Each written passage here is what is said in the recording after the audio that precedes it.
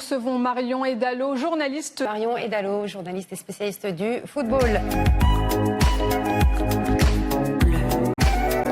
Moi, je serais beaucoup plus inquiète effectivement pour effectivement l'Allemagne parce que Neuer a une très longue blessure, Boateng aussi, parce que le roi Sané est resté à la maison, parce qu'on sent que les matchs amicaux étaient peut-être un petit peu plus difficiles.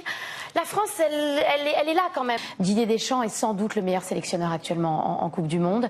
Il est le seul à avoir lui-même, en tant que joueur, gagné la Coupe du Monde, avoir été capable de gagner l'Euro, avoir été capable de mener une équipe comme Monaco au début des années 2000 en finale de Ligue des Champions. Il est capable également de mener l'Olympique de Marseille en quart de finale de Ligue des Champions avec parfois des joueurs assez faibles. Là, il a monté un commando à l'italienne. Ça ressemble à la Squadra Azzurra. Il n'y a pas beaucoup de style, mais c'est tellement efficace.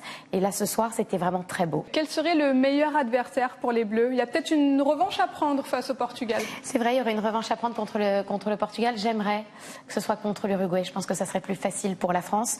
Non pas que l'Uruguay soit une équipe facile à jouer, parce que ça ressemble un petit peu à l'Argentine. C'est une espèce de grinta comme ça, sud-américaine. Deschamps sait très bien ce qu'il fait. Il a toujours fait comme ça.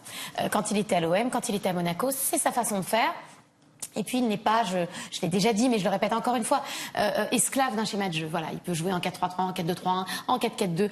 Il peut avoir des titulaires, des remplaçants. Il prend une équipe homogène où les joueurs sont heureux d'être ensemble, sont amis dans la vie, et c'est ce qui marche, on le voit. On a bien compris que l'équipe de Belgique, c'est une défense qui a quand même rencontré des soucis durant cette Coupe du Monde.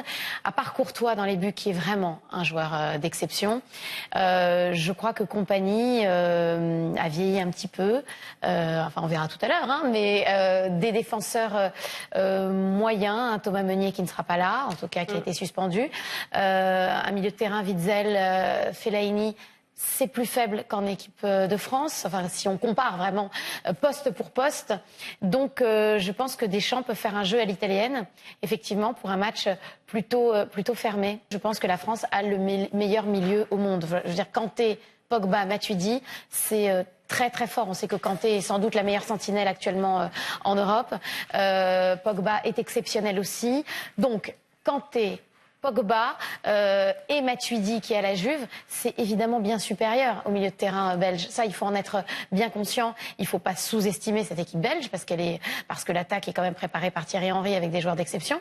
Mais enfin, au milieu, c'est prenable. Hein. C'est prenable. Bah oui, il me semble en tout cas. Je pense quand même que la France est beaucoup plus expérimentée. Il ne faut pas oublier que c'est une nation qui a eu l'habitude d'aller loin ces 30 dernières années en Coupe du Monde ou à l'Euro.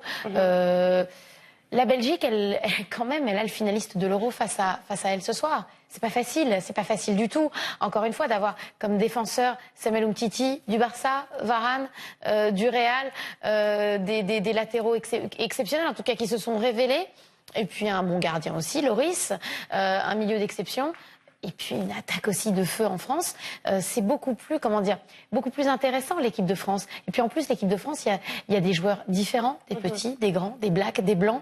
La Belgique n'a pas cette richesse. Merci beaucoup Marion d'avoir répondu à nos questions sur RT France.